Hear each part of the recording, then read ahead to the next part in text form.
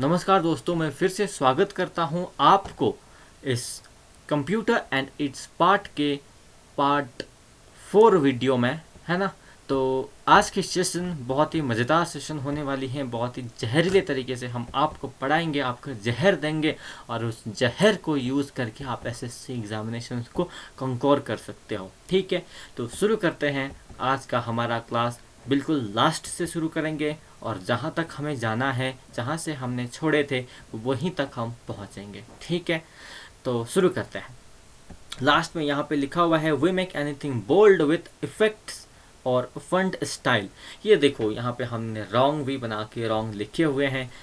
आपको क्या लगता है, आप जब कंप्यूटर में टाइप करते हो, एमएस ऑफिस में टाइप करते हो, लाइव ऑफिस में टाइप करते हो, तो आप बोल्ड बनाते हो कि नहीं बनाते हो? जहाँ पे चीज़ें बोल्ड में लिखी हुई होती है तो आपको पता चलती है वहाँ पे ज़्यादा एम्फेसिस करनी है ना। अगर रेड में लिखी हुई है तब तो और भी ज़्यादा एम्फेसाइज करनी है उस चीज़ पे।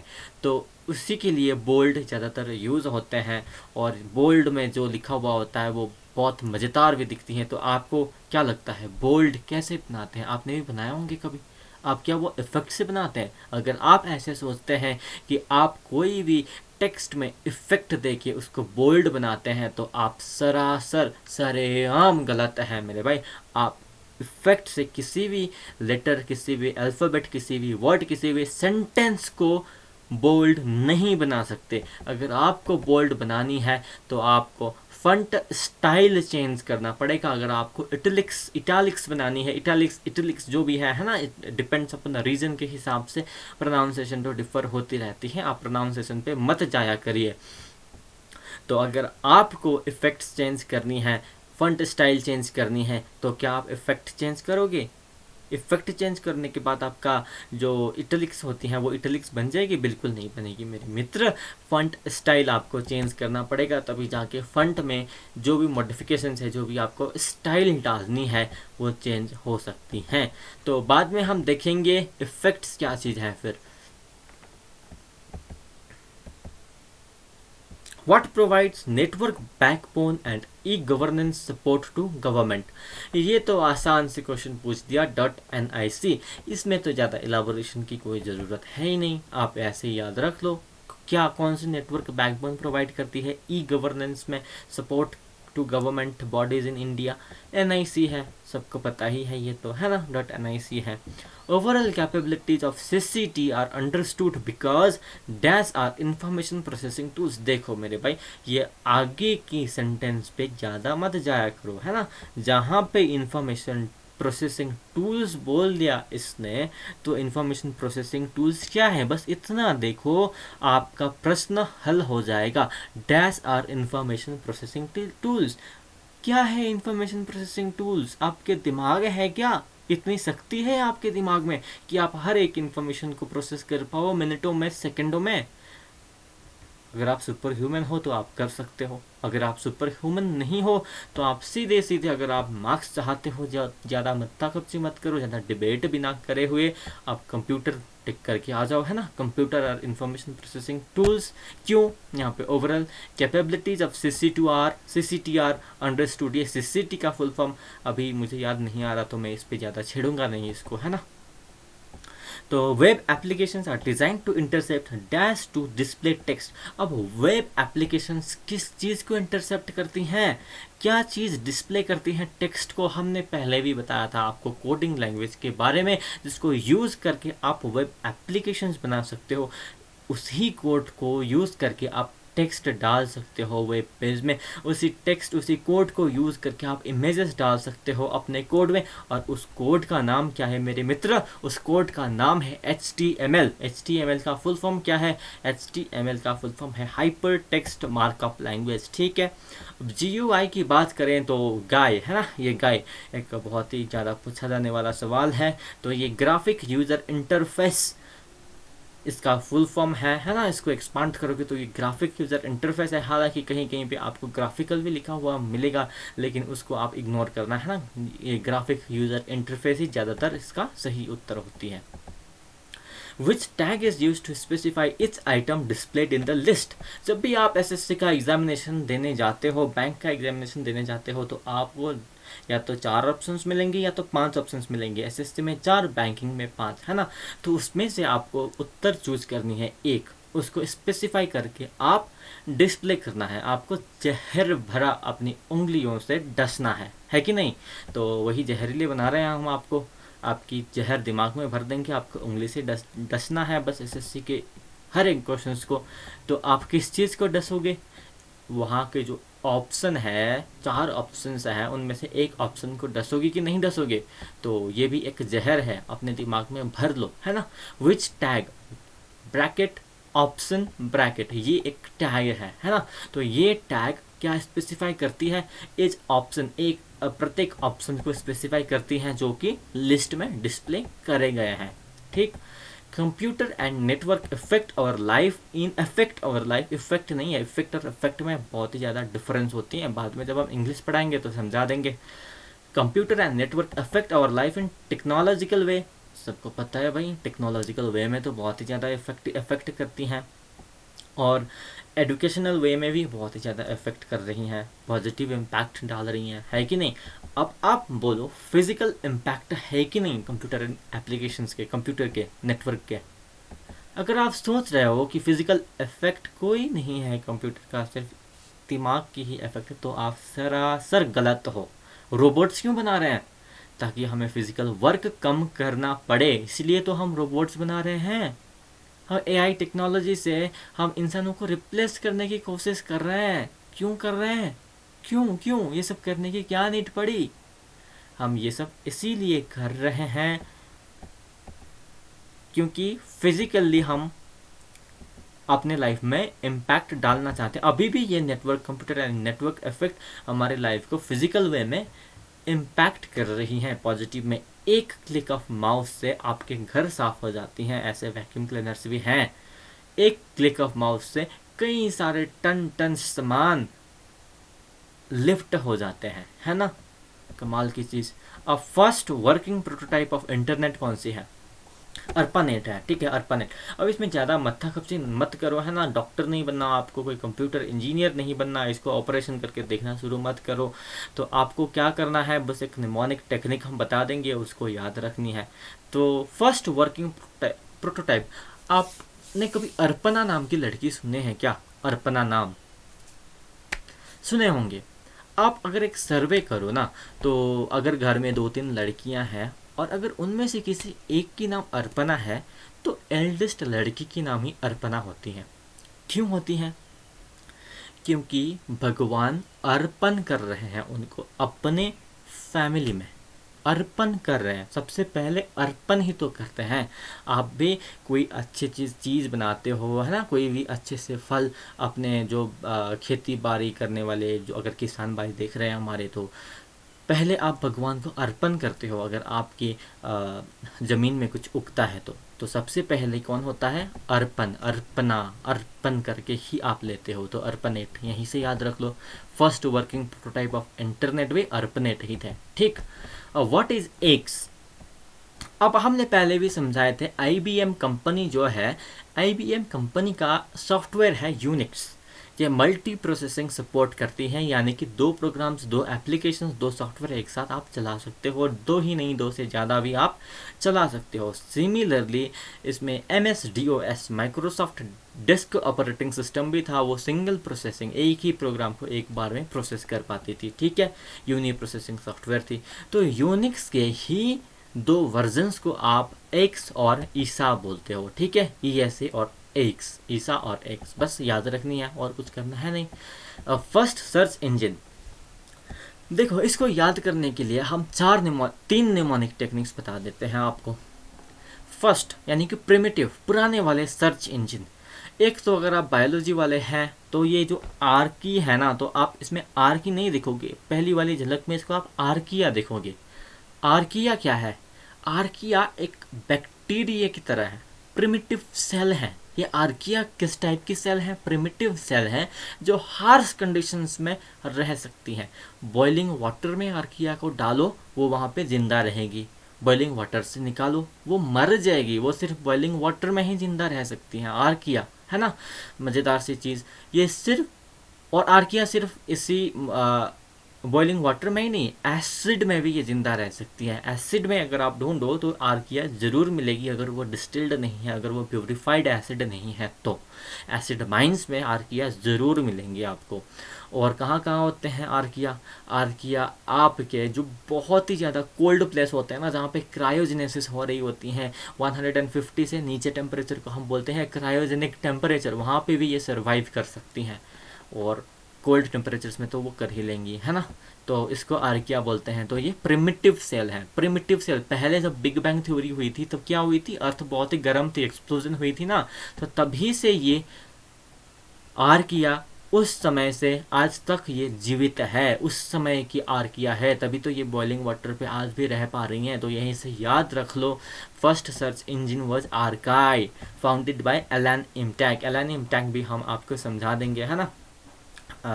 और दूसरा नेमोनिक हम इसको आप समझा देंगे आर्काइव से। आर्काइव, अगर आपने कंप्यूटर में कभी आर्काइव नाम की प्रोग्राम चलाए हैं तो आपने देखा होगा कि वो बिल्कुल सिंपल सी प्रोग्राम है, कोई ज़्यादा तमझम नहीं है उसमें, कोई ज़्यादा पिक्चर्स नहीं है, कोई ज़्यादा एनिमेशन नहीं है, कुछ भी आर्काइव करनी है सिंपली आर्काइव हो जाती है ना। तो प्रिमिटिव टाइप यानी कि फर्स्ट सर्च इंजन यहाँ से याद रख सकते हो। और आर्काइव को आप आर्चरी से भी रिलेट कर सकते हो। तो पहले पहले राजा महाराजा क्या करते थे, जब शिकार खेलने जाते थे, हंटिंग करने जाते थे, जो कि गलत बात है, तब वो क्या करते थे, अपना बो एंड एरो लेके, है ना, आर्चरी के माध्यम से आर्चर से वो क्या करते थे, शूट करते थे। शूट तो नहीं करते थे, वो मार देते थे, डियर्स को मारते थे अपना शौक पूरा करने के लिए, है ना, टाइगर्स को मारते थे, लायंस को मारते थे। फिर वो कौन सी ज़माने में होती थी, पहले वाली ज़माने में होती थी, आजकल होता है नहीं। तो यहाँ से याद रख लो, फर्स्ट सर्च इंजन, पहले वाले सर्च इंजन। आखिर में वो सर्च ही तो कर रहे थे, क्या सर्च कर रहे थे, वो हंट करने के लिए एनिमल्स को सर्च कर रहे थे। राजा महाराजा, है ना, वो सर्च करके ही तो मारते थे वो। तो first search engine was archive, sorry, archery से भी आर्काई आप याद रख सकते हो। ऑप्शन में टिक करनी है, जो मैचिंग है उसमें टिक लगा दो, है ना। फिर फाउंडेड बाय एलन इम्पैक्ट। तो पहले पहले राजा महाराजा क्या करते थे, हंट करने के बाद ऐलान करते थे। क्या ऐलान करते थे, जैसे अभी जीआई टैग है ना, पर्टिकुलर कोई भी, जैसे दार्जिलिंग का जीआई टैग टी है, असम का टी है ना। तो उसी तरह ये टैक्स वाले वीडियोस हम, ये टैक्स वाले चीज़ हम जियोग्राफी में करेंगे, है ना। तो उस तरह राजा महाराजा तो शिकार करने के बाद मानो एक टाइगर को उन्होंने मार के गिरा दिया, जो कि गलत बात है। फिर उसके बाद उन्होंने टैग लगा दिया, लेकिन जीआई टैग नहीं लगाते थे उसमें। कौन सी टैग लगाते थे, एम टैग, मैंने मारा है ना, मैंने मारा है, एम टैग, इस टाइप के टैग लगाते थे। तो यहाँ से याद रख लो किसने फाउंड किया फर्स्ट सर्च इंजन, एलान एम टैग, ठीक है। which is frequently accessed data stored for rapid access, cache memory. ये हमने पहले भी पढ़े थे, ये फास्टर, कॉस्टलियर एंड बहुत ही कम, यानी कि स्मॉल फॉर्म ऑफ मेमोरी, ये कैची है ना। तो पास की बात करें तो आपने एक ऐड सुना होगा, है ना, पास आओ पास आओ, हम इसी गाने से आपको ये याद करवा देंगे, है ना। तो आपको एक सीन क्रिएट करनी है पास में, है ना, पास में नहीं, मतलब प्लेटफॉर्म में। जब आप ट्रेन प्लेटफॉर्म में जा रहे हैं, तभी आपने देखी एक सुंदर सी परी, है ना, तभी आपके दिल में हुई हलचल, दिल में क्या हुई, हलचल हुई आपके। तो फिर आपने क्या किया मेरे भाई, प्लेटफॉर्म को एज ए सर्विस यूज़ किया। किस टाइप की सर्विस यूज़ किया, एक होती है ना जो मैरिज ब्यूरो होते हैं, तो वो जोड़ी मेकर, बेसिकली जोड़ी मेकर एज ए सर्विस। तो आपने सोचा ये तो जोड़ी मेकर प्लेटफॉर्म है, जोड़ी मेकर सर्विस है, तो हम जाके कह ही देते हैं अपने दिल की बात।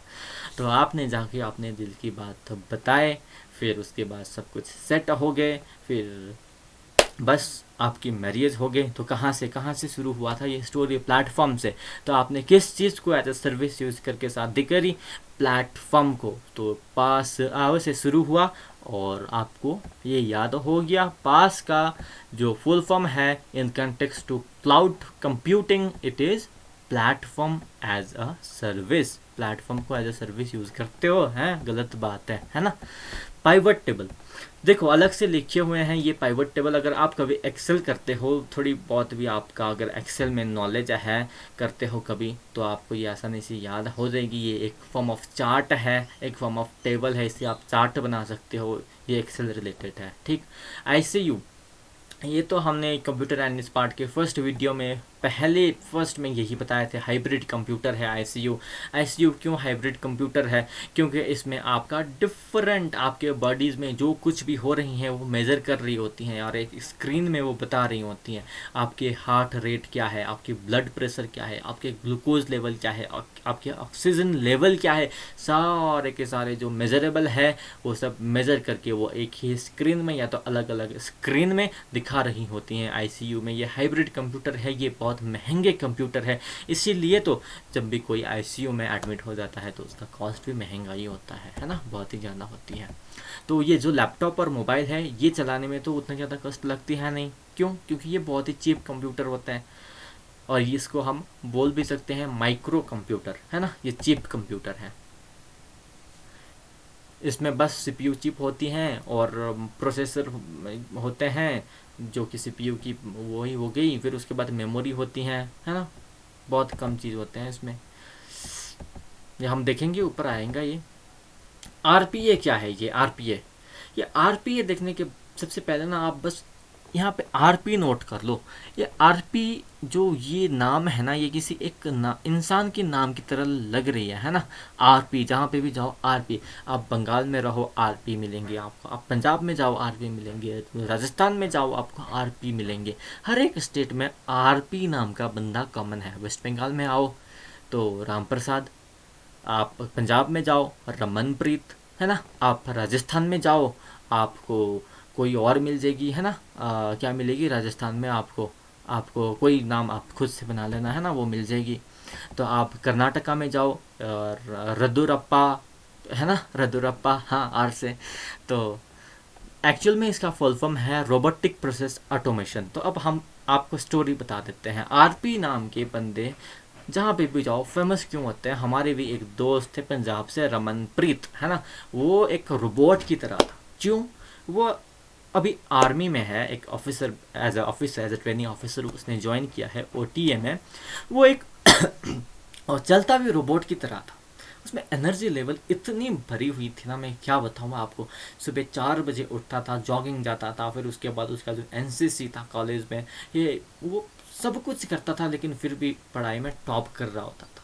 पता नहीं कैसे मैनेज करता था, और चलता भी रोबोट की तरह था। तो हम तो उसको प्यार से रोबोट ही बुलाते थे, हमारे बहुत अच्छा मित्र था वो, है ना।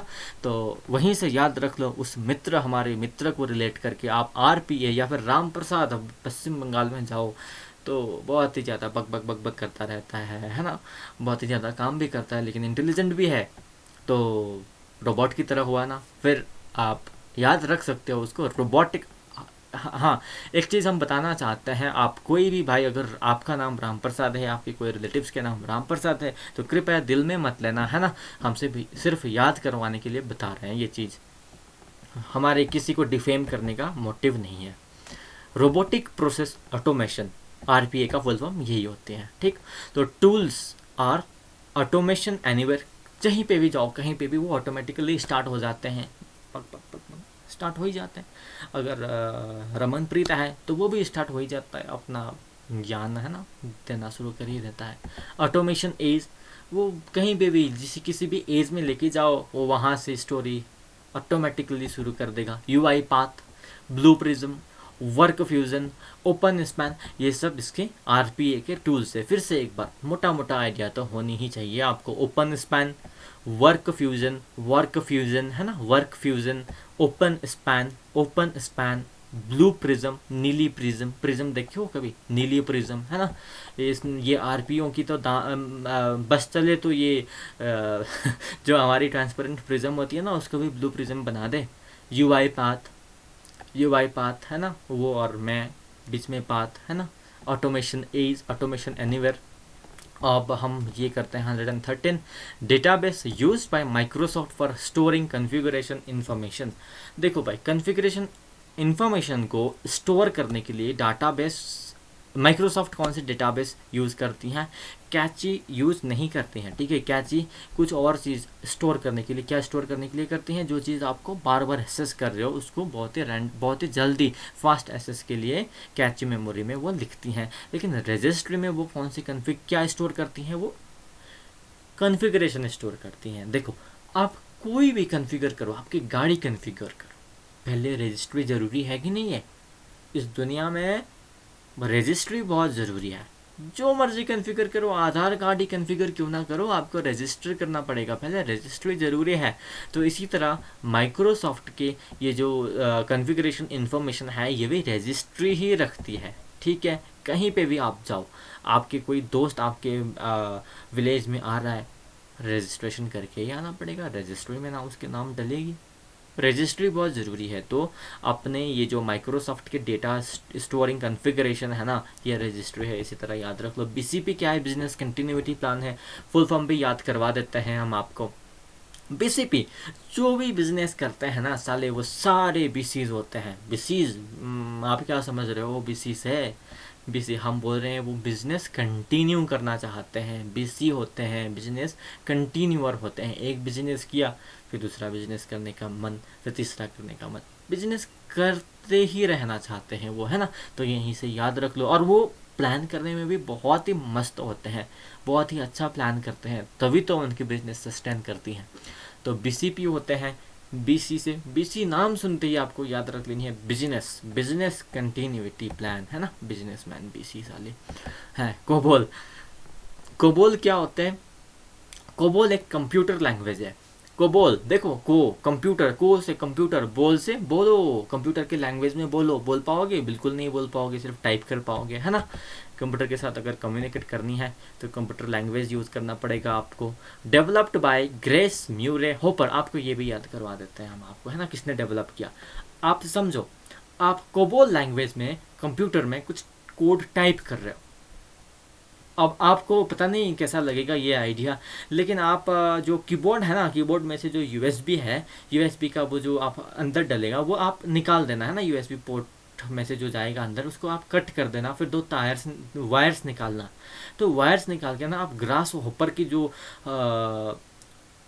जहाँ पे ग्रास होपर की तो नीज में ही आईज होते हैं ना, तो वहाँ पे आप कनेक्ट कर देना, वो तार को बांध देना। फिर आप कोबोल लैंग्वेज में से कोड करना, फिर देखना ग्रास होपर आपसे बात करेंगी या नहीं करेंगी। आपने जो कोबोल लैंग्वेज में लिखा था वो ग्रास होपर समझ पाएंगे कि नहीं पाएंगे। बहुत ही रब्बिश आइडिया है ना, लेकिन फिर भी एक बार कोशिश करके देख लेना, आपको याद हो जाएगी कंप्यूटर किसने कोबोल नाम की कंप्यूटर लैंग्वेज किसने डेवलप करी थी।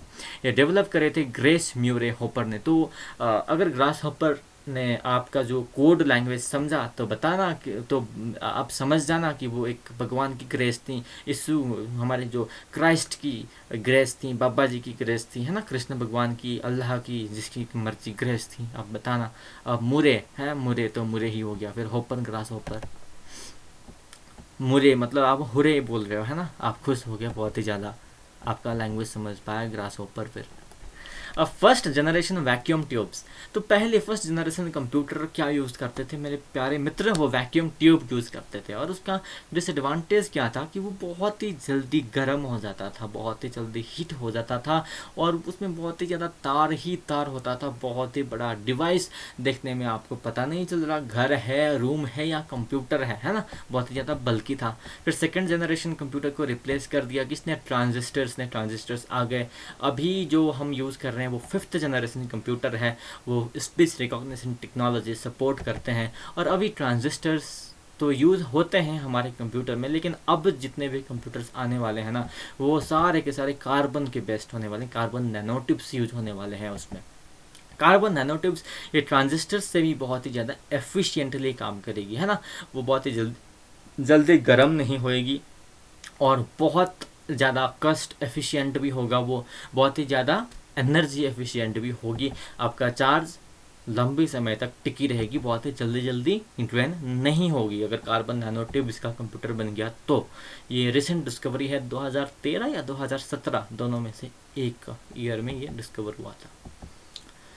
अब who pioneered binary logic and arithmetic in computer programming. अब देखो, कोई इंसान हो जिसके पास कंप्यूटर का नॉलेज है ही नहीं, तो उसको आप अर्थमेटिक करके दिखाओ, है ना, कंप्यूटर में अर्थमेटिक ऑपरेशंस करके दिखाओ, बड़े बड़े सम्स करके दिखाओ 1 सेकंड में, तो वो क्या बोलेगा, वो डेटा कहाँ से आ रही है, क्लाउड से आ रही है ना, क्लाउड से आ रही है, वो ऐसा समझेगा। आप ऐसे नहीं समझोगे क्योंकि आप हो ही समझदार, आपको पता है कंप्यूटर सिस्टम के बारे में, वो क्लाउड समझेगा, है ना। तो यहीं से याद रख लो, हु पायोनियर्ड बाइनरी लॉजिक, कोई लॉजिक करके दिखा दो। लॉजिक यानी कि 5,000 लोगों के नाम, है ना, जो रैंडमली रखे हुए हैं, उसको 1 सेकंड में आप सर्ट करके दिखा दो अल्फ़ाबेटिकल ऑर्डर में। क्या बोलेगा वो आपको सुपर ह्यूमन समझेगा। आपके पास नॉलेज कहाँ से आ रही है, क्लाउड से आ रही है, वो ऐसे समझेगा, है ना, लेकिन आ रही हैं कंप्यूटर के binary logic and arithmetic operation से। तो यहीं से आप रख लो किसने पायोनियर किया ये, तो क्लाउड सैनॉन ने, है ना, क्लाउड सैनॉन, साहा साहब, है ना, शाहनून, या फिर आप सन और नून, मिड नून, ये भी याद रख सकते हो, क्लाउड सैनून। एडू, ये क्या है, एडवैक, ये एक टाइप ऑफ पीसी है, एक टाइप ऑफ कंप्यूटर है, ठीक है। इसका फुल फॉर्म है electronic discrete variable automatic computer. ये किस टाइप की कंप्यूटर है, ये ऑटोमेटिक कंप्यूटर है और डिस्क्रीट वेरिएबल कंप्यूटर है। डिस्क्रीट वेरिएबल बोले तो क्या है मेरे भाई, डिस्क्रीट वेरिएबल, डिस्क्रीट मतलब वो बहुत ही डिस्क्रीट है। डिस्क्रीट मतलब आप आसानी से डिस्टिंग्विश कर सकते हो, जो चीज़ आसानी से डिस्टिंग्विश है ना, उसको हम डिस्क्रीट बोलते हैं, ठीक है। तो एडवैक यही है, electronic discrete variable automatic computer है। और इसके पास क्या है, इसके पास मेमोरी है। मेमोरी क्यों है मेमोरी, प्रोग्राम को होल्ड करने के लिए ही तो होते हैं, डेटा को होल्ड करने के लिए तो होते हैं, इस चीज़ के लिए मेमोरी है। और ये किसने डेवलप किया था, एडवैक, इसको डेवलप किया था जॉन वॉन न्यूमैन, नाम ही खतरनाक है मेरे भाई, न्यूमैन, है ना। तो ये न्यू टेक्नोलॉजी लेके आए थे, इसलिए न्यूमैन। ऐसी नहीं है, ऐसा कोई भी लॉजिक नहीं है इसमें, जस्ट मैं आपको समझा रहा हूँ, याद करवा रहा हूँ। एक एडवैक नाम की कोई भी चीज़ डिस्कवर कर दिया, नाम ही इतनी खतरनाक है ना, नया वाला एक डिवाइस डिस्कवर कर दिया, तो न्यूमैन, ऑब्वियसली न्यूमैन है तो इतना नया काम तो करना ही है इनको। जॉन वॉन न्यूमैन, इन्होंने एडवैक डिस्कवर किया था, डेवलप किया था। सेट ऑफ इंस्ट्रक्शंस, डेटा और program to operate PC and execute specific task. ये क्या है, सेट ऑफ इंस्ट्रक्शंस, कोई भी इंस्ट्रक्शंस का सेट है या फिर डेटा और प्रोग्राम है, इसको पीसी में ऑपरेट करने के लिए एग्जीक्यूट करती हैं स्पेसिफिक टास्क। ये तो ऑब्वियसली ऑपरेटिंग सिस्टम नहीं हुई ना, क्योंकि ऑपरेटिंग सिस्टम तो मैनेजर है। आपके सिस्टम में जितने भी सॉफ्टवेयर हैं, आपके सिस्टम में जितने भी डेटा है, उन सबको मैनेज कौन करती हैं, ऑपरेटिंग सिस्टम करती हैं। तो सेट ऑफ इंस्ट्रक्शंस, डेटा और प्रोग्राम कौन हुए, सॉफ्टवेयर ही हुए। फादर ऑफ सुपर कंप्यूटिंग है, देखो सुपर कंप्यूटिंग, हम सुपर की बात कर रहे हैं ना, तो कोई भी एक पिक्चर हो, कोई भी एक पिक्चर सीधा सिंपली ड्रॉ किया गया, मान लो एक बर्ड की इमेज है, सिंपल ड्रॉ किया गया है, उसमें कोई कलर नहीं किया गया है। लेकिन लेकिन लेकिन मेरे भाई, जब आप उस पिक्चर में क्रेयॉन्स लगाओगे, क्रेयॉन्स बोले तो कलर, है ना, क्रेयॉन्स जब आप लगाओगे तो वो क्या करे, वो पिक्चर क्या बनेगी, पहले जो थी ना उससे बहुत ही ज़्यादा सुपर बनेगी। सुपर बनेगी, नहीं बनेगी, बिल्कुल बनेगी। क्रेयॉन्स लगाने के बाद कोई भी पिक्चर सुपर बनेगी। तो यहीं से याद रख लो, फादर ऑफ सुपर कंप्यूटर क्रे तो हो गया। अब सेम, और अब उस पिक्चर में अगर आपने वो बर्ड के पिक्चर में क्रेयॉन्स लगा दिया तो ऑब्वियसली वो और ज़्यादा बताएगी कि नहीं बताएगी। पहले तो सिंपल बता रही थी एक बर्ड है, अभी बता रही है कि वो इस कलर की बर्ड है, इसकी चोंच इस कलर की है, उसकी आँख इस कलर की है। तो यहीं से याद रख, सेम और क्रे, है ना, सेम और क्रे, फादर ऑफ सुपर कंप्यूटिंग, है ना। तो है ना सुपर चीज़, बहुत ही सुपर चीज़ है क्रेयॉन्स। तो यहीं से याद रख लो सुपर कंप्यूटिंग। कंप्यूटर में भी, सुपर कंप्यूटर में तो आप 1 सेकंडों में ऐसे क्रेयॉन्स लगा सकते हैं और सेम और निकाल सकते हो, है ना, सेम और क्रे। Private network that uses internet and public telecommunication to securely share part of business information, extranet, है ना, extranet। एक प्राइवेट नेटवर्क के बारे में बात कर रहे हैं। प्राइवेट नेटवर्क जो इंटरनेट यूज़ करते हैं, क्यों यूज़ करते हैं, शेयर करने के लिए अपने बिजनेस इंफॉर्मेशन को, अपने बिजनेस इंफॉर्मेशन को वो शेयर कर रहे हैं इंटरनेट के माध्यम से और पब्लिक टेलीकम्युनिकेशन के माध्यम से। देखो पब्लिक टेलीकम्युनिकेशन के माध्यम से वो शेयर कर रहे हैं, लेकिन फिर भी सिक्योरली शेयर कर रहे हैं बिजनेस इंफॉर्मेशन जो कि बहुत ही रिस्की होती हैं उसको। कौन शेयर कर रही हैं? Private network. कितनी बड़े बड़े कंपनीज होते हैं प्राइवेट नेटवर्क, वो इतना रिस्क क्यों लेते हैं? क्यों लेते हैं? क्योंकि उनको बिजनेस करना है, जहाँ बिजनेस है वहाँ रिस्क है ना। तो private network that uses internet, पहले क्वेश्चन को ढंग से समझो, that uses internet and public telecommunication to securely share part of business information. ये प्राइवेट नेटवर्क का नाम है एक्स्ट्रा नेट, है ना, एक्स्ट्रा। इसके पास एक्स्ट्रा इंटरनेट है, इसके पास एक्स्ट्रा इंटरनेट है, तभी तो ये इतनी बड़ी बड़ी, इतना सीक्रेट सी बिजनेस प्लान्स को क्या कर रहा है? शेयर कर रहा है पब्लिक टेलीकम्युनिकेशन में, वो भी सिक्योरली शेयर कर रहा है ना। अब हम बात करेंगे ऑपरेटिंग सिस्टम लाइनक्स के। ये जो लाइनक्स है ना, ये ऑपरेटिंग सिस्टम चलाने में उतना मुश्किल तो नहीं है, लेकिन सब बोलते हैं थोड़ा मुश्किल है, मुझे तो उतना मुश्किल नहीं लगी। ये लाइनक्स से ना आप हैक कर सकते हो, जैसे लाइनक्स काली हो गया, ये तो हैकिंग के गुरु हैं। आप अगर हैकिंग सीखना चाहते हो तो लाइनक्स काली आपको यूज़ करना पड़ेगा, है ना। तो वैसे हमने काली यूज़ नहीं किया था, हमने कौन से लाइनक्स यूज़ किया था, हमने यूबुंटू नाम का यूज़ किया था, और दूसरा फेडोरा, फेडोरा या कुछ था, अभी मुझे याद नहीं आ रहा, वो हमने यूज़ किया था। वॉज स्टार्टेड, ये किसने बनाया था? ये प्रोजेक्ट, ये पहले जो भी ऑपरेटिंग सिस्टम बनाते हैं वो पहले तो एक प्रोजेक्ट ही होती है ना। कुछ भी डिस्कवर होने, कुछ भी बनाने से पहले वो प्रोजेक्ट बन जाती है, फिर उसके बाद ही तो वो हाईलाइट में आती हैं। पहले तो एज अ प्रोजेक्ट ही वो वर्क कर रही होती हैं। तो एज अ प्रोजेक्ट स्टार्ट हुआ था। कहाँ पे स्टार्ट हुआ था एज अ प्रोजेक्ट? फिनलैंड में। फिनलैंड के कौन से यूनिवर्सिटी में? यूनिवर्सिटी ऑफ हेलसिंकी, है ना, हेलसिंकी। हेल की तरह बना दिया है इसने, है ना, ऑपरेटिंग सिस्टम लाइनक्स। अब माइक्रोसॉफ्ट देखो कितना पेड ऑपरेटिंग सिस्टम है, लाइनक्स कहाँ फ्री ऑपरेटिंग सिस्टम है, फिर भी है खतरनाक, है ना। खतरनाक है इसीलिए तो लोगों की ज़िंदगी को इसने हेल बना के रख दिया है, हैकर्स बहुत ही ज़्यादा आ गया, है ना। तो लोगों की ज़िंदगी क्या बनी? हेल बनी। तो यहाँ से याद रख लो, यूनिवर्सिटी ऑफ हेलसिंकी। और सिंकी क्या होती हैं? सिंकी एक चीज़ होती हैं जो खट्टा होती हैं, ये यूजुअली हिमालयन रीजन पे यूज़ होते हैं, है ना। वो स्पंज से बनती हैं, स्पंज नहीं, आप रेडिश से बनती हैं, और it is third to prevent cancer. तो हैकर्स भी तो यूज़ करके किसी किसी का कैंसर बचा ही देते हैं। एक हैकर था, उसने एक पर्टिकुलर कंट्री का मनी हैक किया, फिर उसके बाद उसने 2 बहुत ही पुअर कंट्रीज़ में डेवलप कर दिया। फिर जब उसको फांसी हुई तो वो हंसते हंसते मर गया, है ना।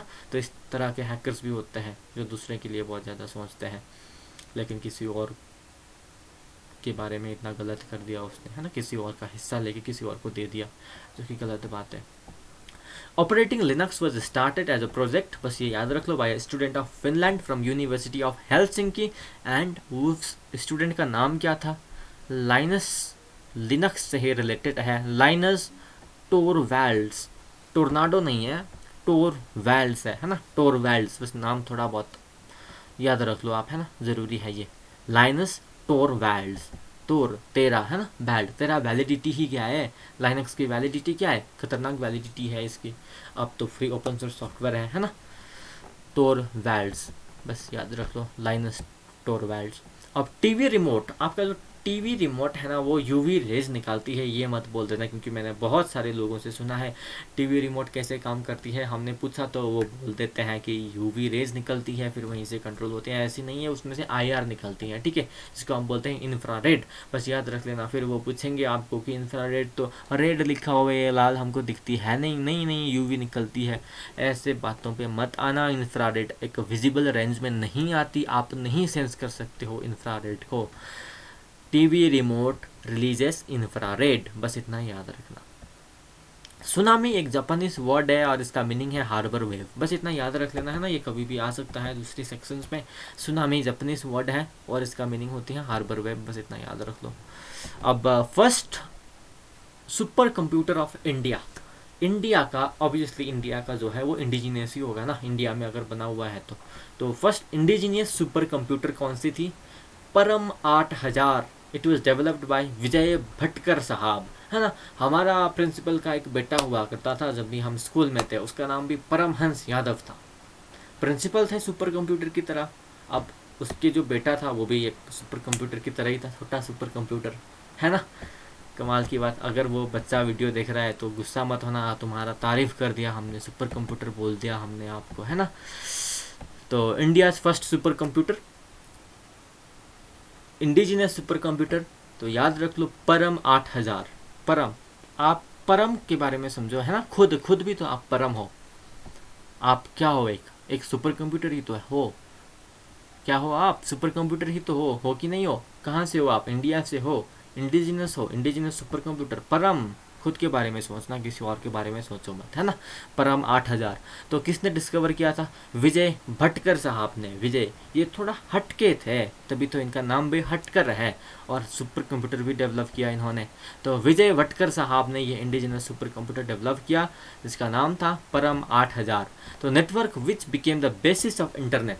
देखो इसका नाम, इसको ये इसने अलग से पूछ लिया। फर्स्ट जो नेटवर्क आपका इंटरनेट में आया था, है ना, which became the basis of internet, हमने पहले भी कर रखे हैं अर्पनेट। जब भी कोई पहले आते हैं आपके जो घर में कोई ज़मीन है, तो वहाँ पे भी अगर कुछ आपने उगाया, उसमें से फसल आ गया, तो पहले आप अर्पण करोगे। किसको अर्पण करोगे, भगवान को अर्पण करोगे, तभी आप यूज़ करोगे, है ना। उसी तरह से ये भी पहला फर्स्ट था, इसीलिए network which became basis of internet, ये पहला नेटवर्क था, इसीलिए अर्पनेट, है ना। ये एक लॉजिक है बस याद रखने के लिए। आर्डो और क्या है, अब इसमें ज़्यादा मत्था खपची क्या करना। आर्डर एक ऑडियो टूल है, क्या इसमें आप क्या मत्था खपची करोगे, इसमें आर डोर, है ना, R D O U R, door, R do your, क्या क्या लॉजिक लगाओगे इसमें, A R, R D O, do your, एक ऑडियो टूल है, बस याद रख लो, डू यूर वर्क, है ना। Google was founded in 1998। देखो ये जब हमारा जन्म हुआ था ना, तभी गूगल ने भी जन्म ले लिया था। कब, 1998 में। तो गूगल वो डिस्कवर्ड, किसने फाउंड किया था इसको। देखो गूगल में कितने सारे पेजेस हैं, है ना, लारे यहाँ से भरी हुए पेजेस हैं, है कि नहीं है। तो यहीं से याद रख लो, लैरी पेज। और दूसरा नाम था, किसने डिस्कवर किया था, सर्जे ब्रीन साहब ने डिस्कवर किया था। सर्जरी नाम की चीज़ मिलती है कि नहीं मिलती है इंटरनेट में, गूगल में सर्च करो सर्जरी, कितनी मिलती है सर्जरी। तो सर्जरी कर करके इन्होंने गूगल को बनाए हैं, है ना। किस चीज़ की सर्जरी कर रहे हैं इसने, ब्रेन की सर्जरी कर रहे हैं। ब्रेन, गूगल एक ब्रेन की तरह ही तो है। गूगल बाबा जो बोलते हो आप उसको, है ना, इंसानों की एक दर्जा दे दिया, वो भी खतरनाक इंसानों की बाबा बोल दिया, है ना। तो ये एक सर्जी ब्रेन, तो एक ब्रेन की तरह ही है वो, है ना। कमाल की चीज़। तो Larry Page and Sergey Brin of Stanford in California, Stanford University के ये दो बच्चे थे, है ना, इन्होंने बनाया, ठीक है। लैरी पेज और सर्जी ब्रेन तो आपको याद हो गया होगा। तो लारे यहाँ से भरी हुए पेजेस भी तो है इंटरनेट में, तो ये भी याद रख लो, Larry Page and Sergey Brin. Screen in software that permits user to preview several program at one time, ये तो आसान सी पूछ दिया। विंडो है, स्क्रीन इन सॉफ्टवेयर, आपके जो सॉफ्टवेयर में जो स्क्रीन है जो परमिट करती हैं आपको डिफरेंट प्रोग्राम्स देखने में। अभी आप क्या देख रहे हो, ये फॉक्सट प्रोग्राम देख रहे हो, आप नक्स खोल दूंगा, नक्स प्रोग्राम देखोगे, ये ओपेरा खोल दूंगा, ओपेरा देखोगे, कैमटेसिया देखोगे, है ना, ये बैंडिकैम देखोगे, ये वीडियो एडिटर ये टूल देखोगे, एडोब देखोगे, है ना। तो इसी तरह विंडो क्या है, स्क्रीन है to in software that permits user to view several program at one time, ठीक है। गूगल, ये तो हो गया, ऊपर जा रहे हैं ना। Latest super computer in India, देखो भाई अभी इंडिया में जो मोदी साहब आए हैं, उन्होंने युवाओं को बहुत ही एक अच्छा वाला दर्जा दिया है कि नहीं दिया है, बिल्कुल दिया है। यहीं से नाम देख लो, है ना, परम युवा। उन्होंने, मोदी साहब ने ही बता रखे हैं कि हमारे जो युवा हैं वो हमारे फ्यूचर है, बहुत एक्टिव है। 1 बिलियन पॉपुलेशन को आप 1 बिलियन पॉपुलेशन नेगेटिवली मत देखा करो, उसको 1 बिलियन माइंड्स की तरह देखा करो, है ना। हमारे देश के युवा जो भी हैं बहुत इंटेलिजेंट है, यहीं से याद रख लो। परम 8000 जो थे वो फर्स्ट इंडिजिनस सुपर कंप्यूटर था। किसने डिस्कवर किया था, थोड़े हटकर थे वो साहब, है ना, भटकर नाम था उनका। क्या भटकर था, अजय भटकर था, है ना, नहीं विजय भटकर था। विजय भटकर साहब ने डिस्कवर किया था 8000। तो सिमिलरली अभी की ये जो लेटेस्ट सुपर कंप्यूटर है, तो इसका नाम बस याद रखनी है आपको, इसका नाम है परम युवा 2, है ना, युवा, परम युवा 2। 2 है, ये नाम भी याद, ये नंबर भी याद रखनी है आपको, परम युवा 2, ये है अभी हमारे लेटेस्ट सुपर कंप्यूटर। और इसका energy consumed by high performance computing systems L1 L2 L3, बस ये L याद रख लेना ना, बाकी तो 1 2 3 तो जा रही है, तो ये L है, लेवल से याद रख लेना। Energy consumed by high performance computing systems L1 L2 L3। लीडार क्या है, ये कोई लीडर नहीं है, ये लाइट डिटेक्शन एंड रेंजिंग है। लीडार से आपको लग रहा होगा कि लीडर है ना, कोई भी लीडर हो, लीडर क्या करती हैं, वो लाइट को डिटेक्ट करती हैं कि नहीं करती हैं, और रेंज करती हैं कि नहीं करती हैं। लीडर, जो भी लीडर है हमारे देश में है ना, लोकल लीडर्स की बात करो, एमएलए साहब, वो एक लीडर है कि नहीं है, बिल्कुल है ना। तो वो लाइट डिटेक्ट करते हैं, कौन सी लाइट डिटेक्ट करती हैं, कि आपके पार्टी के लाइट डिटेक्ट करती हैं, आपके जो जनता की वोट की लाइट डिटेक्ट करते हैं, और उसी हिसाब से वो अपने काम करते हैं, रेंज करते हैं, है ना, अरेंज करते हैं, या फिर कुछ भी अरेंजिंग, इस तरह याद रख सकते हो, लाइट डिटेक्शन एंड अरेंजिंग। और लाइट डिटेक्ट कौन करते हैं मेरे भाई, लीडर जो भी हैं पहले करते थे, लाल बत्ती लगाते थे कि नहीं करते थे, बिल्कुल लगाते थे। तो अभी लाल बत्ती हट गई है तो वो डिटेक्ट करते रहते हैं, है ना। हमने तो लाल बत्ती हटा दिया, आपने लाल बत्ती हटाया नहीं, हटाया अपनी गाड़ी से, तो वो लाइट डिटेक्ट करते हैं और रेंजिंग भी करते हैं। तो हमारे रेंज के कितने ऐसे इलीगली लाल बत्ती लगा रखे हैं, यहाँ से भी याद रख सकते हो। Google's new app for children in primary school to read English and Hindi. Hindi और इंग्लिश लिखने के लिए नहीं है ये चीज़, सिर्फ पढ़ने के लिए है, ठीक है। सिर्फ पढ़ने के लिए, अच्छे से पढ़ पाने के लिए गूगल ने एक नया ऐप रिलीज़ कर दिया था बच्चों के लिए, प्राइमरी बच्चों के लिए, है ना, इंग्लिश और हिंदी के लिए। उसका नाम था बोलो, ठीक है, बोलो नाम है उसका, इसीलिए तो बोल पा रहे हैं, रीड बोलो, है ना। वो डिस्कवर्ड यूएसपी किसने डिस्कवर किया, अजय भट्ट ने, है ना, अजय भट्ट साहब ने किस चीज़ को डिस्कवर किया, यूएसपी को डिस्कवर किया। और हमारे जो परम 8000 था वो किसने डिस्कवर किया था, विजय भटकर साहब ने किया था, ठीक है। कीबोर्ड किसने किया, क्रिस्टोफर लेडेनसोल्स, क्रिस्टोफर लेडेनसोल्स। आपको मैं याद करवा देता हूँ कीबोर्ड। देखो कीबोर्ड आपने देखे होंगे, कीबोर्ड अगर आप सोल रखोगे उसमें तो क्या आपके सोल फिट होंगे उसमें, बिल्कुल फिट होंगे कीबोर्ड में, लेकिन माउस में फिट नहीं हो सकता। मॉनिटर में रखोगे मॉनिटर टूट जाएगी, है ना। सीपीयू में रखोगे सीपीयू खराब होने की चांसेस बहुत ज़्यादा हैं। लेकिन आप कीबोर्ड में एक बारी अपना पैर रख के देखना, खड़े होके देखना, वो टूटेगी नहीं अगर आपने समतल जगह पे कीबोर्ड रखे हो तो, है ना।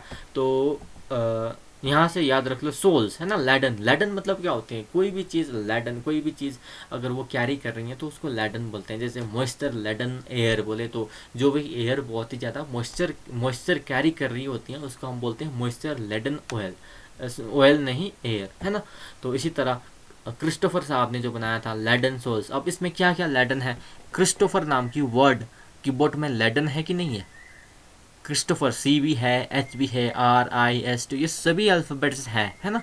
क्रिस्टोफर लेडन और सोल उसके ऊपर रख सकते हो कीबोर्ड को ऊपर, तो आप यहीं से याद रख लो क्रिस्टोफर लेडन सोल्स, है ना। मज़ेदार ट्रिक। अब माउस किसने डिस्कवर किया, तो अब माउस, अगर आप कभी आटा गूंथते हो, आटा की रोटी जब बनाते हो तो आटा से आप कीबोर्ड बनाना आसान लगता है या माउस बनाना आसान लगता है, बिल्कुल माउस आसानी से बन जाएगी, क्योंकि कीबोर्ड में तो बहुत सारे कीज हैं, आपको तो पता भी नहीं होगा कि कौन सी की यहाँ है, कहाँ है, कहाँ है ना। तो इतना लंबा सा बनाओ फिर टूट जाएगी यहाँ वहाँ। फिर माउस बनाना अपनी एक आटा से यूजिंग, या फिर कोई भी वो खेलने वाली होती है ना बच्चों की, एक छोटी सी वो आटा की तरह, उससे भी आप बना सकते हो। तो अभी आटा से ही याद रख लो, क्योंकि आटा की डो बनाते हो, जब आप डो बनाते हो तो आप बना सकते हो माउस बिल्कुल आसानी से। तो यहीं से याद रख लो, आप नेक्स्ट टाइम जब आप रोटी खा रहे हो तो आप समझ लेना, है ना, याद कर लेना। डॉगलास एंगलबार्ट, याद रखो, DOUGHLASENGELBART। तो he is the discoverer of mouse, Douglas एंगलबार्ट।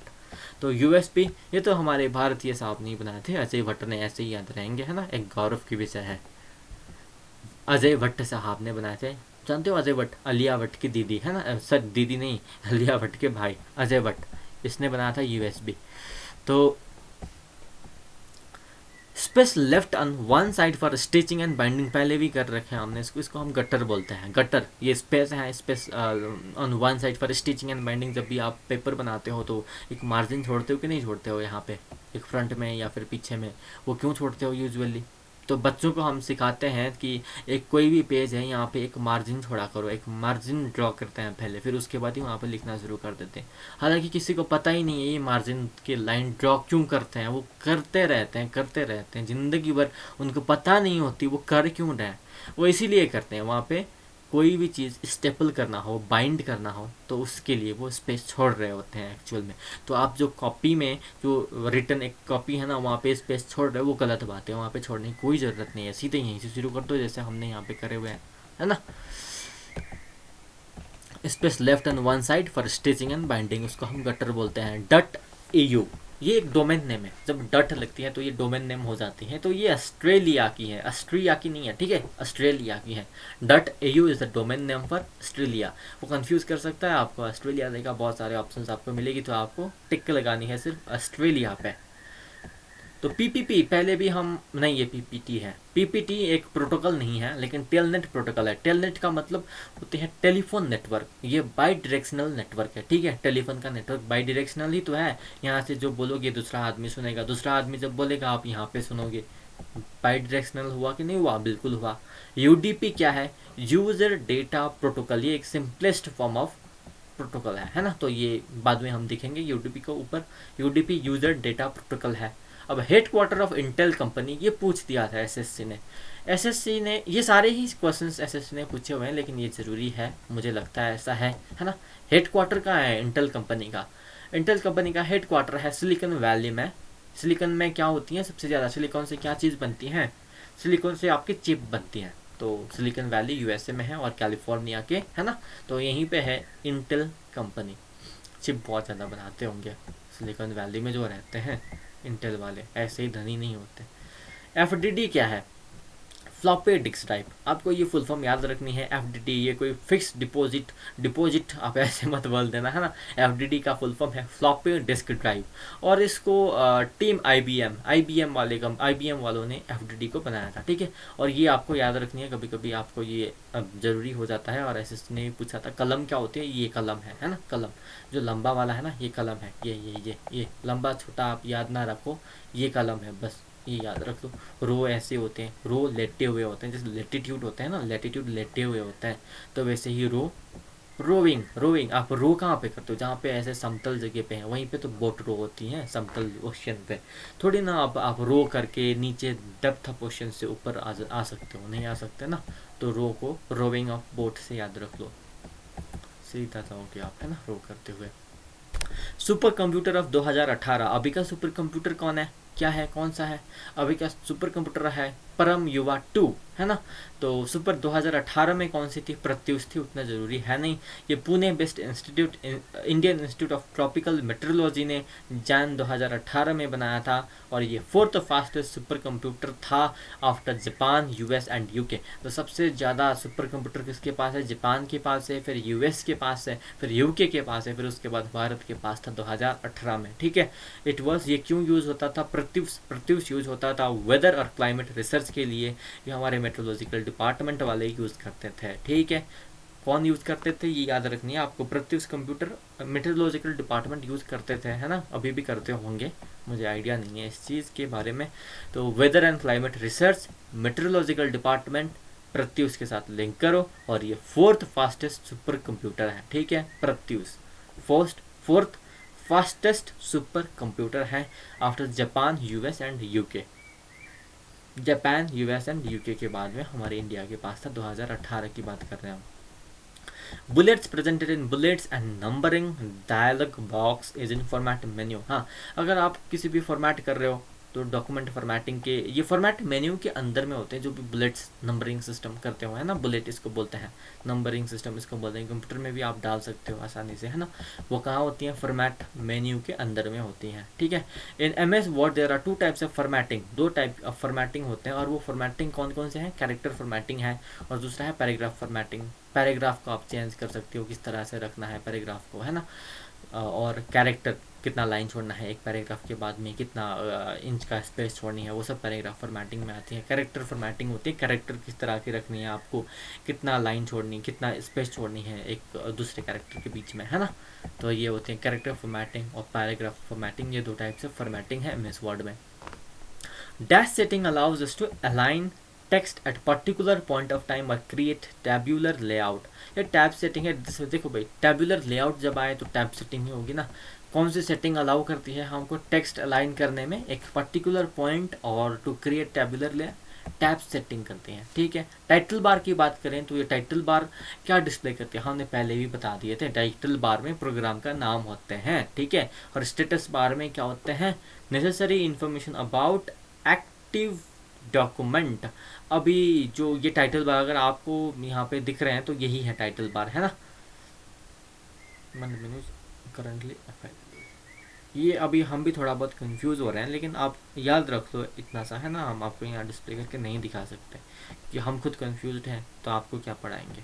Status bar क्या है, necessary about information about active document. Active document के बारे में ना नेसेसरी इन्फॉर्मेशन ये दे देती हैं। कौन सी दे देती हैं, स्टेटस बार देती हैं, ठीक है। Necessary information about active document. और मेन्यू बार क्या दिखाती है, नेम्स दिखाती हैं किस चीज़ की, कमांड मेन्यूज की जो कि अभी करंटली अवेलेबल है, उसके नाम कौन दिखाता है, मेन्यू बार दिखाती है। टू डिलीट कलम्स और रोज यूजिंग डिलीट ऑप्शन अंडर। हाँ, अगर आपको कलम्स और रोज डिलीट करनी है तो आप डिलीट ऑप्शन तो ऑब्वियसली दबाओगे, लेकिन वो कहाँ पे है, कहाँ के नीचे है, वो टेबल मेन्यू के नीचे है। राइट क्लिक करने के बाद आपको मिल जाएगी। ये एक्सेल की बात करते हैं हम, ठीक है। एक्सेल की जो टेबल मेन्यू होती हैं उसमें राइट क्लिक करके देखो, वहाँ पे वो खुद दिखा देगा आपको डिलीट वाले ऑप्शन। आप खुद समझ जाओगे फिर डिलीट करोगे। तो बस आपको याद रखनी है कलम्स और रोज क्या है, बेसिकली टेबल ही तो है, टेबल के ही तो पार्ट हैं कलम्स इस तरह के, रोज इस तरह के, है ना। तो ये टेबल मेन्यू के अंदर में होती हैं डिलीट करने की option. Saving, printing, cutting, copying, pasting etcetera are content in कहाँ पे होती हैं, saving, cutting, printing, copying, pasting. ये सारे जो टूल्स हैं, ये सारे आइटम्स हैं, ये सब स्टैंडर्ड टूल बार में होते हैं। स्टैंडर्ड काम है ना ये, हैं। कट कर रहे हो थोड़ी ना आप ऐसे वैसे काम कर रहे हो, सेव कर रहे हो स्टैंडर्ड काम कर रहे हो, प्रिंट कर रहे हो स्टैंडर्ड काम कर रहे हो। कितने खतरनाक, कटिंग स्टैंडर्ड है, कॉपिंग कॉपी कर रहे हो मेरे भाई स्टैंडर्ड काम है, पेस्ट कर रहे हो स्टैंडर्ड काम कर रहे हो। तो ये सब स्टैंडर्ड टूल बार में होती हैं, ठीक। Bold, italic and underlines are done with formatting toolbar. ये पहले भी हमने पढ़ाए थे। बोल्ड, इटैलिक्स और अंडरलाइन ये कोई इफेक्ट नहीं है, ये फंट स्टाइल है ना। ये टूल बार के फॉर्मेटिंग उसमें होते हैं, ठीक है। फॉर्मेटिंग टूल बार में होते हैं। Protocol used in sending email, हाँ ये पीपीपी यहीं पे शायद हमको मिलेंगी, पीओपी भी हमको मिलेगा, है ना, पोस्ट ऑफिस प्रोटोकॉल। चलो ये बात करते हैं हम protocol used in sending email. तो ईमेल जब भी हम सेंड करते हैं हम कौन से प्रोटोकॉल यूज़ करते हैं, SMTP, simple mail transfer protocol. आपको जस्ट फुल फॉर्म याद करनी है, आपको ये प्रोटोकॉल अपने आप याद हो जाएगी। सिंपल ईमेल कैसा एप्लीकेशन है, एक सिंपल एप्लीकेशन है कि नहीं है, आसानी से कोई भी यूज़ कर सकता है ईमेल, तो इसीलिए सिंपल है। और MT मेल ट्रांसफरिंग, P से प्रोटोकॉल, बस सिंपल मेल ट्रांसफर प्रोटोकॉल। ये एक TCP है ना, ट्रांसमिशन कंट्रोल प्रोटोकॉल।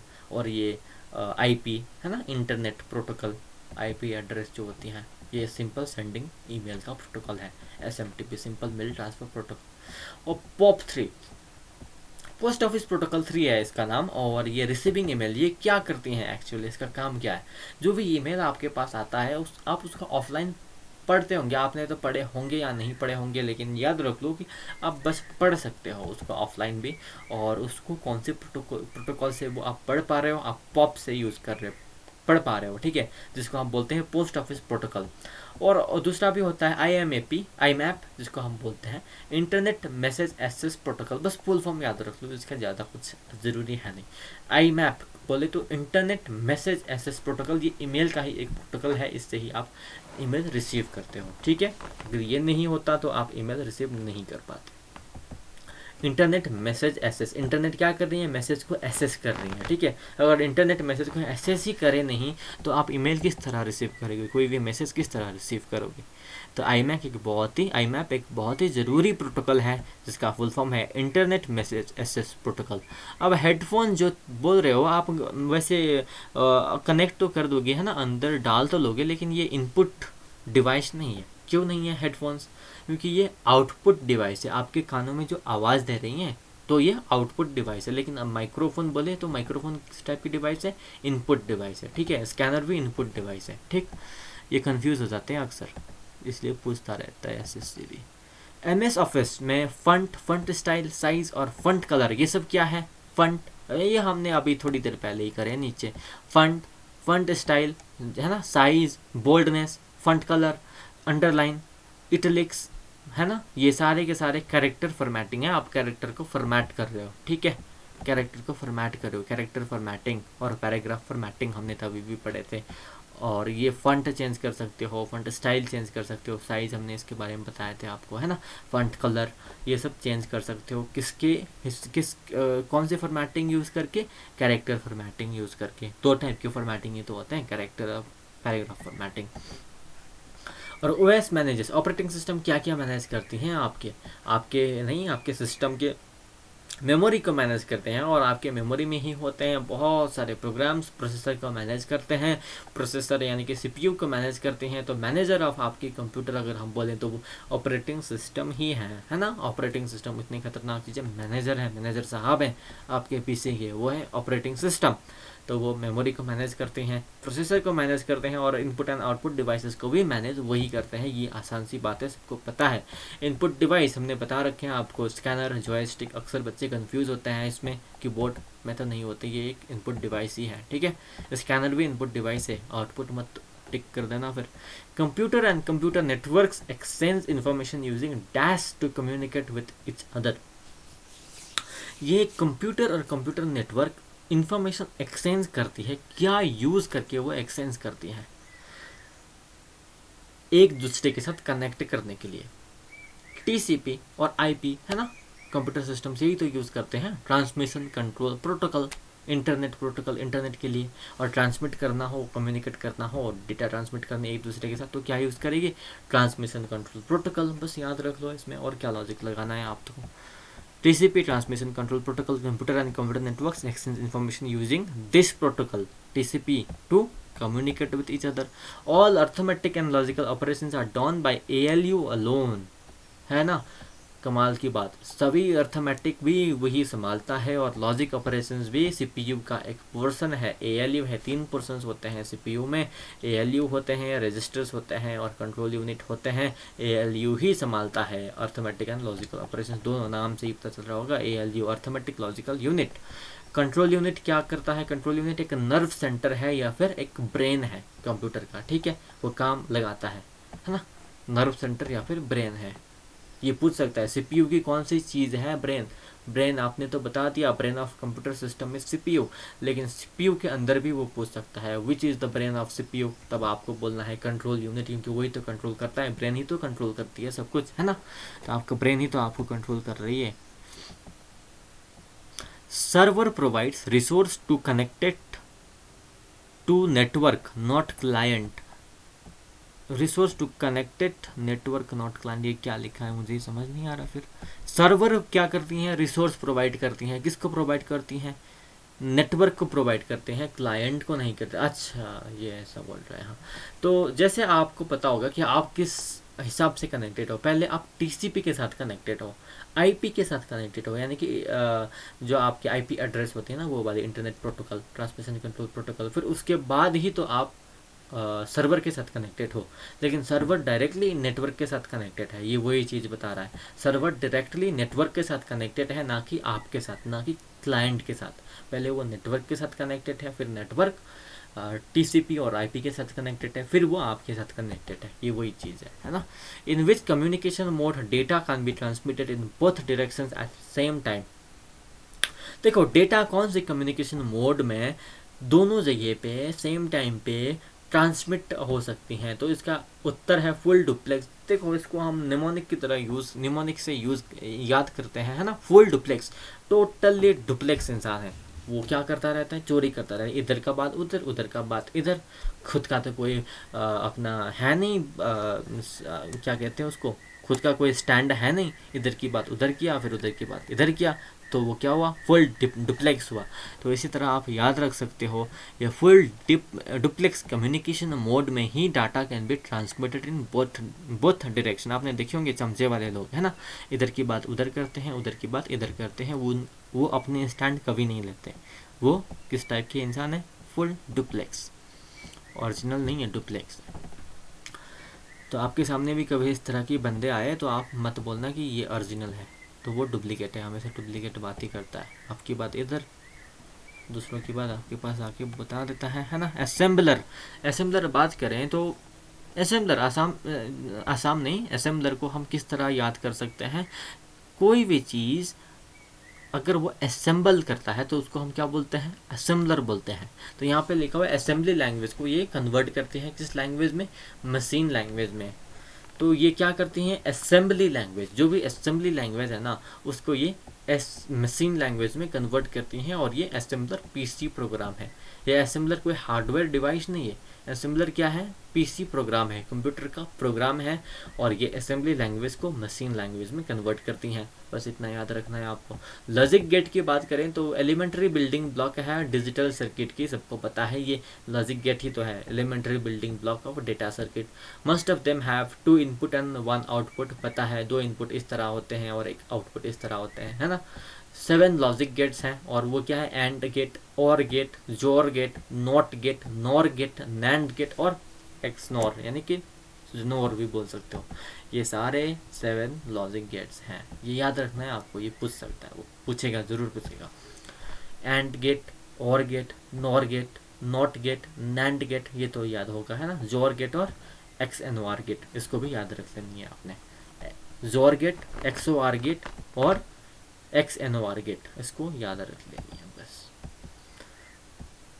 अब आईसी, हमने बहुत बार आईसी, आईसी टीवी का आईसी, फ़ोन का आईसी, किसी चीज़ का आईसी, ये आईसी सुने हैं। ये आईसी है क्या, ये आईसी एक्चुअल में एक सर्किट है जिसको हम बोलते हैं इंटीग्रेटेड सर्किट, ठीक है। और ये हाईली रिलायबिलिटी है किस चीज़ के लिए, एलिमिनेशन ऑफ सोल्डर्ड जॉइंट्स के लिए।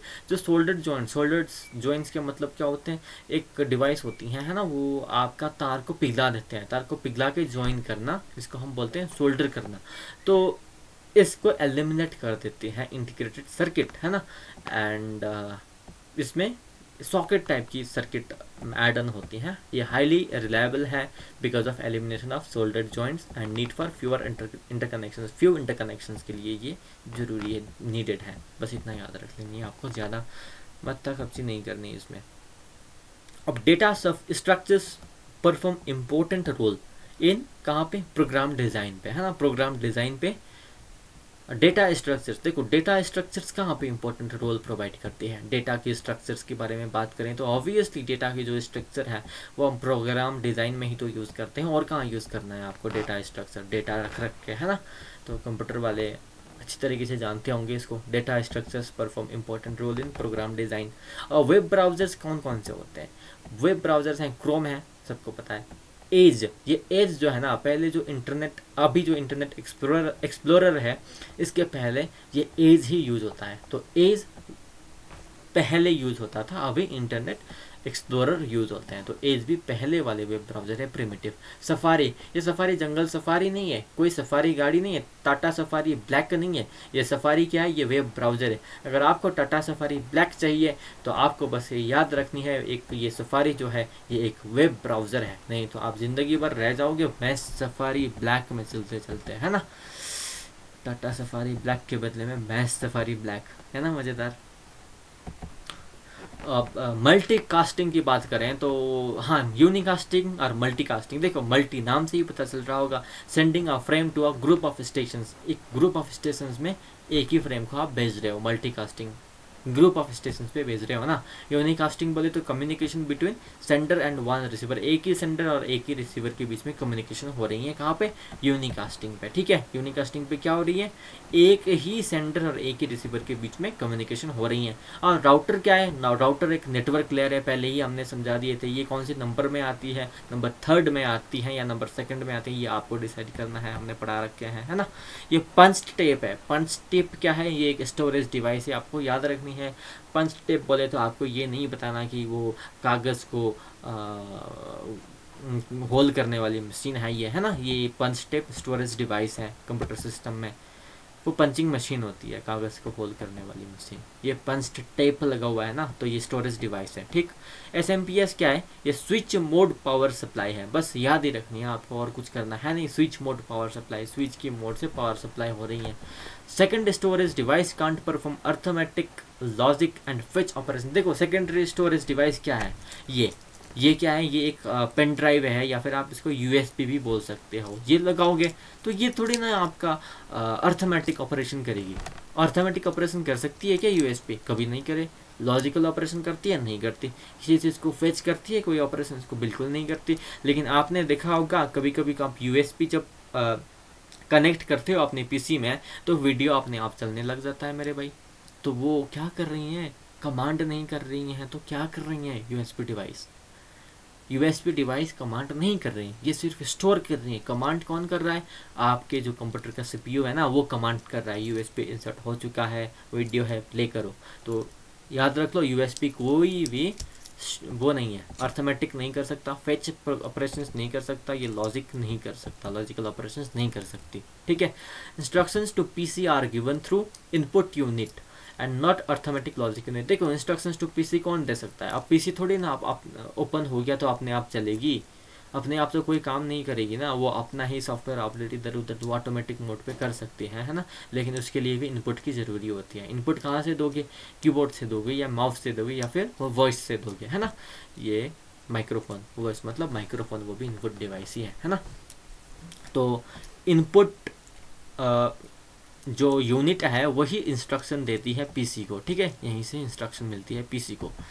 अगर इनपुट मोड आप निकाल दो तो पीसी तक कोई इन्फॉर्मेशन पहुंच ही नहीं सकती, वो कोई काम नहीं कर सकती, वो बेकार हो जाएगी। Automatic instructions are also input unit. हाँ, यहाँ पे लिखा हुआ ऑटोमेटिक इंस्ट्रक्शन, जो पीसी ऑटोमेटिक काम करती है ना, वो भी इनपुट यूनिट है। पहले आपने इनपुट दिए थे कीबोर्ड के जरिए, माउस के जरिए, या वॉइस के जरिए, तभी वो काम कर रही है ऑटोमेटिक, नहीं तो नहीं करती वो। बायोस क्या है? BIOS basic input output system है। जब आप कंप्यूटर ऑन करते हो तब आपको दिखाई देती है ना। ये नॉन वोलाटाइल फ्रेमवेयर है, रोम के जो फ्रेमवेयर एक सॉफ्टवेयर है ना, वहीं पे बायोस होती हैं। बायोस एक प्रोग्राम है बेसिकली, फ्रेमवेयर की तरह है ना, फ्रेमवेयर ही बोल सकते हो आप। ये नॉन वोलाटाइल फ्रेमवेयर है, कहाँ पे? रोम में है। Software stored in memory chip and motherboard. CPU की जो मदरबोर्ड होती है वहाँ पे मेमोरी चिप से सीपीयू होती है, वहाँ पे स्टोर होती हैं ये। जब कंप्यूटर ऑन होती है तो यही हैंडल करते हैं सारा कुछ, क्योंकि सीपीयू भी सो रहे होते हैं। तो सीपीयू नहीं है तो कंप्यूटर कौन स्टार्ट करेगा? रोम स्टार्ट करेगा, फिर बाद में सीपीयू को हैंडल कर देगा। आप ये आपका है, आप हैंडल करो, आपका ब्रेन है करके, है ना। एरे कौन सी चीज़ है? एरे है कलेक्शन ऑफ डेटा वैल्यूज़। ये डीबीएमएस में यूज़ होती है usually. Collection of data values of same types having a common name. हाँ, आरडीबीएमएस की बात करें तो आरडीबीएमएस कौन सी चीज़ है? आरडीबीएमएस, डीबीएमएस तो डेटाबेस मैनेजमेंट सिस्टम है, आर लगा हुआ है, तो वो क्या है? रिलेशनल है या क्या है? रिलेशनली है, ज़्यादा दिमाग मत लगाना, है ना। आर मतलब रिलेशनल डेटाबेस मैनेजमेंट सिस्टम, वो कोई रेवेन्यू नहीं होते। अब एरे हो गया collection of data values of same types having common name. Array होती है ये, same types having common name, उसको collection of data values array. A function to count number of cells that contain numbers with in list of arguments. एक count होती है ना, काउंटिव नहीं होती। काउंटिव हो गई तो ये थोड़ा कॉम्प्लेक्स हो जाएगी। ये यहाँ पे पूछ रहा है function to count number of cells that contain numbers with in list of arguments. Within है ना, with in list of arguments. तो काउंट अगर बियॉन्ड लिस्ट ऑफ आर्ग्यूमेंट होता तो काउंटिव होता। ठीक है, अगर बियॉन्ड लिस्ट ऑफ आर्ग्यूमेंट होता तो क्या होता? काउंटिव होता। तो ये with in list of argument है तो ये काउंट है। ठीक है। डेटा वेयरहाउस की बात करें तो डेटा वेयरहाउस क्या है? ये subject oriented time variant integrated non volatile memory है। ठीक है, डेटा वेयरहाउस बस अब याद ही रखनी है। डेटा की वेयरहाउस, जहाँ पे डेटा वेयर हो रहे हैं, वेयरहाउस। इस क्या है? सब्जेक्ट ओरिएंटेड है, टाइम वेरिएंट है, ये कैसा है? इंटीग्रेटेड है। जब आप पीएचडी करने जाओगे, मास्टर्स एंड पीएचडी इंटीग्रेटेड होती है कि नहीं होती है? वहाँ पे डेटा की वेयरहाउस है कि नहीं है? जहाँ पे यूनिवर्सिटी है वो डेटा वेयर हाउस ही तो है, नॉन वोलाटाइल है। वोलाटाइल होगी तो वो उड़ जाएगी दिमाग, है ना। नॉन वोलाटाइल है, तभी तो बोल रहे हैं कि आप सब्जेक्ट ओरिएंटेड ही तो पढ़ाई करोगे जब आप इंटीग्रेटेड पीएचडी मास्टर्स करने जाओगे तो, है ना। तो वो टाइम वेरिएंट है, 2 साल 5 साल 6 साल 7 साल टाइम वेरिएंट कोर्स होती है। तो डेटा वेयर हाउस यहीं से याद रखो, data warehouse subject oriented time variant integrated non volatile. Which method is used in modern day PC? Binary number system सबको पता ही है, ज़्यादा इलाबोरेट नहीं करूँगा इसको। प्रोग्रामिंग लैंग्वेज, हाँ इसमें आपको याद रखनी है, C++ प्रोग्रामिंग लैंग्वेज है, सबको पता है, दुनिया को पता है। जावा प्रोग्रामिंग लैंग्वेज है, दुनिया को पता है। लेकिन सी जो है ना, सिंपली सी जो लिखा हुआ है, ये भी एक प्रोग्रामिंग लैंग्वेज है। ये दुनिया को पता नहीं है लेकिन आपको याद करना है, ठीक है। प्रोग्रामिंग लैंग्वेज सी है, सी भी है, होती है, ठीक है। फ्रंट लाइन की बात करें तो ये फ्रंट लाइन, हाँ ये ऑप्शन में दे देगा आपको प्रोग्रामिंग लैंग्वेज कौन सा नहीं है इनमें से करके। तो यहाँ पे एक ऑप्शन था फ्रंट लाइन। तो ये फ्रंट लाइन क्या है, ये एक्चुअली द हिंदू वाले चेन्नई में एक मैगजीन पब्लिश करती हैं, ठीक है, वीकली पब्लिश करती हैं, उसको हम फ्रंट लाइन बोलते हैं। बस इतना याद रखना है आपने।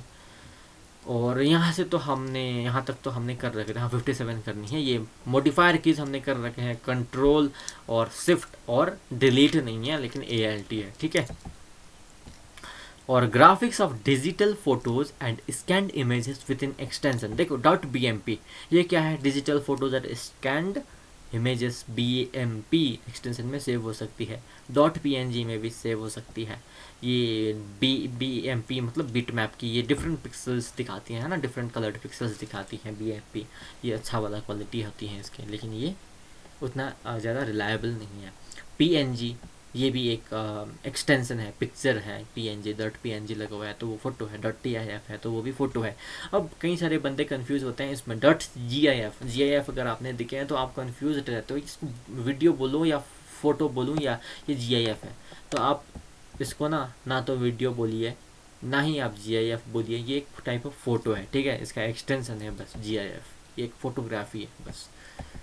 डिफरेंट फोटोग्राफ्स को एक ही साथ उसने फ्रेम में डाला हुआ, बस इतना ही याद रख लो। फोटो को कलेक्ट करके वीडियोस बन रही हैं इसमें, बस इतना ही याद रखना है आपने। तो CAD क्या है, कंप्यूटर एडेड डिज़ाइन, ये सब तो हमने प्रीवियस वीडियो में कर रखे हैं, है ना। तो इससे हमारा कंप्यूटर एंड इट्स पार्ट का सारे के सारे जितने भी SSC, CGL, stenographer, CHSL, CPU, है ना, और MTS, ये सारे के सारे कंप्यूटर एंड इट्स एप्लीकेशन के क्वेश्चंस हमने कंप्लीट कर चुके हैं। तो अब हम नेक्स्ट वीडियो कल हम नेक्स्ट वीडियो में फिर मिलेंगे आपके साथ, और वहाँ पे हम डिस्कस करेंगे हमारा एक नया जोश के साथ नया टॉपिक, और वो टॉपिक होने वाला है आपका डिस्कवरी एंड इन्वेंशंस, ठीक है। फिर कल हम फिर मिलेंगे इसी टाइम पे। तो तब तक के लिए आप अपना ख्याल रखिए, धन्यवाद।